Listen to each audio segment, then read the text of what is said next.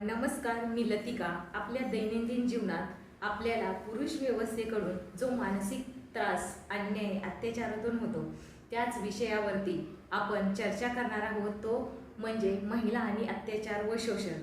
अगदी प्राचीन काळापासून तर सध्याच्या चालू परिस्थितीमध्ये महिलेचे शोषण पुरुष व्यवस्थेकडून पावलोपावली आपल्याला झालेलं दिसतं.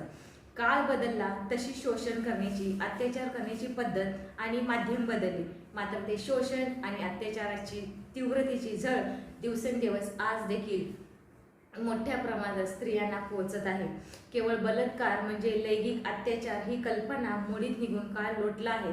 स्त्रीला स्पर्श करण्याचा प्रयत्न करणं, सेक्सची चर्चा करणं, अश्लील जोक्स सांगणं, व्हिडिओ किंवा चित्र दाखवणं, शरीरासंबंधीची मागणी करणं, स्त्रीच्या संमतीशिवाय तिला जवळ घेणं, अशा साऱ्या क्रिया लैंगिक अत्याचाराच्या व्याख्येत येतात. लैंगिक हिंसा अनेक रूप घेऊन येते. नोकरीमध्ये वेतनवाढ आणि बढती या मुद्द्यावर स्त्रीवर दबाव आणला जाऊ शकतो. तिनं बॉसच्या उपकाराची परतफेड करावी असं सुचवलं जातं. शरीर संबंध ठेवण्यास नकार दिला तर वेतनवाढ किंवा बढती रोखली जाते. असे व्यवहारही लैंगिक अत्याचाराच्या परिघात येतात. दैनंदिन जीवनातल्या छोट्या छोट्या गोष्टीतून महिलांचे मोठ्या प्रमाणात शोषण झालेलं आपल्याला दिसतं. घरामधून बाहेर पडल्यानंतर सतत टक लावून बघणाऱ्या पुरुषी नजरापासून ते सार्वजनिक वाहने प्रवास करताना जाणीवपूर्वक पुरुषाचे स्पर्श, जवळ जाण्यासाठी कोणतं तरी कारण काढून संवाद करण्याचा प्रयत्न, अशा काहीतरी परिस्थिती निर्माण करायची की महिला आपल्या जवळ येईल, वेगवेगळी आमिष दाखवणे, अशा असंख्य परिस्थितीतून महिलांना रोजचं शोषण, अत्याचार असंही जीवन जगावं लागतं. लैंगिक अत्याचार झालेल्या स्त्रीला तक्रार करण्यासाठी पोलीस ठाण्यात जाण्याची गरज नाही. 10 आणि 10 पेक्षा अधिक कर्मचारी असणाऱ्या प्रत्येक ऑफिस अंतर्गत तक्रार समिती असणं आवश्यक, बंधनकारक झालं आहे आणि या समितीचे अध्यक्ष स्त्री कर्मचारीच असणं आवश्यक आहे. अर्थात अत्याचार झालेली स्त्री पोलिसातही तक्रार करू शकते. अंतर्गत चौकशीत पुरुष कर्मचारी दोषी असल्याचं सिद्ध झालं तर आपल्याला नोकरीवरून काढून टाकण्याचा अधिकार या समितीकडे आहे.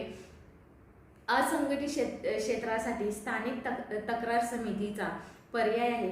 ही समिती जिल्हाधिकाऱ्यांनी स्थापन करायची असते आणि या समितीचं अध्यक्षपद सामाजिक कार्य करणाऱ्या स्थानिक महिलेकडे असावं लागतं. अनेक महिलाविषयी कायद्यामागचं स्पिरिट कौतुकास्पद आहे, पण प्रत्यक्ष कृतीचं काय? अनेक ठिकाणी अंतर्गत तक्रार निवारण समिती स्थापन केलेली असते. नेमकं ह्या संकल्पना काय आहे हे सुद्धा आपल्या ठिकाणी अजूनही माहीत नाही. तसेच घरकाम करणाऱ्या महिलांवर लैंगिक अत्याचार होण्याचा सतत धोका असतो. कामाला गेल्यानंतर लक्षात येतं घरात एक पुरुष आहे. अशा वेळी जीव मुठीत धरून काम करावं लागतं. काही प्रकरणात बलात्कारही होतात. पण घरकाम करणाऱ्या स्त्रीनं न्याय मागायला कुठे जावं? सामाजिक आर्थिक स्थितीमुळे तिची कोंडी झालेली असते. कायद्याच्या भाषेत ती जिथं काम करते तिचं कार्यस्थळ असतं. कायदा ती स्त्रीला 2 पर्याय देतो: पोलिसांकडे तक्रार करणं किंवा जिल्हाधिकाऱ्यांनी स्थापन केलेल्या तक्रार समितीकडे जाणं. स्थानिक तक्रार समिती आहे हे तिला माहीतच असण्याची शक्यताच नसते. हे दोन्ही पर्याय तिला माहितीच्या बाहेर असतात. तक्रार करायचं ठरवलं तर घरकाम करणारी स्त्री पोलीस स्टेशनला सहजपणे जात नाही.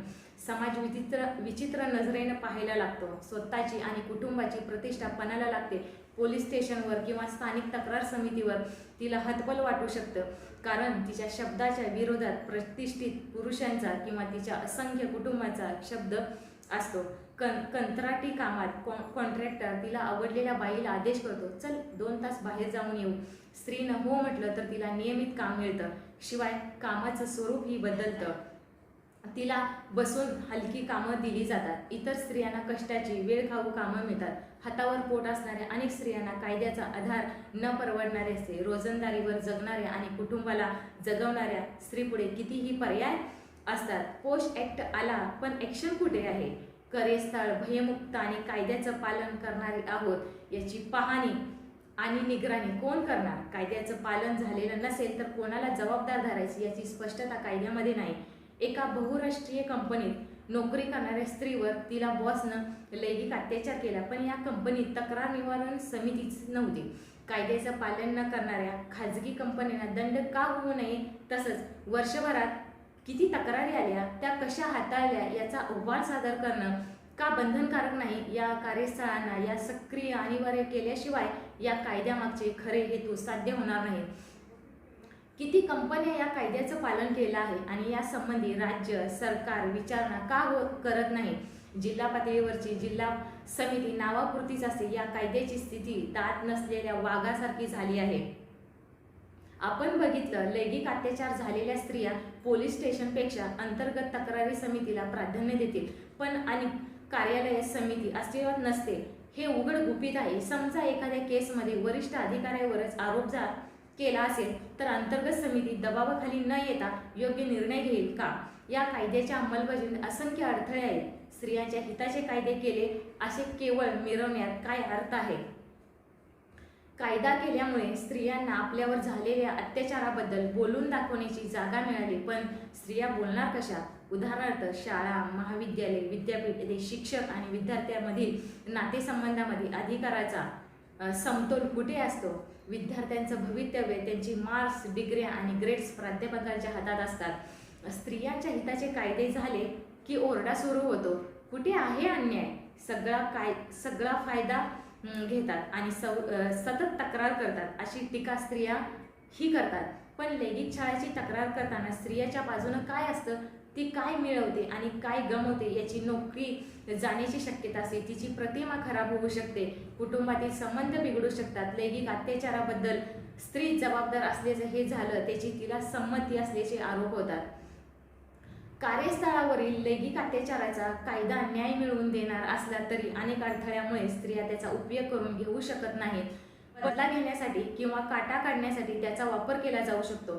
कायद्यानुसार संस्था, कार्यालय, महाविद्यालय आणि इतर ऑफिसमध्ये तक्रार समिती असणे आवश्यक झालेले, मात्र ही परिस्थिती अत्यंत वेगळी झालेली आपल्याला दिसते.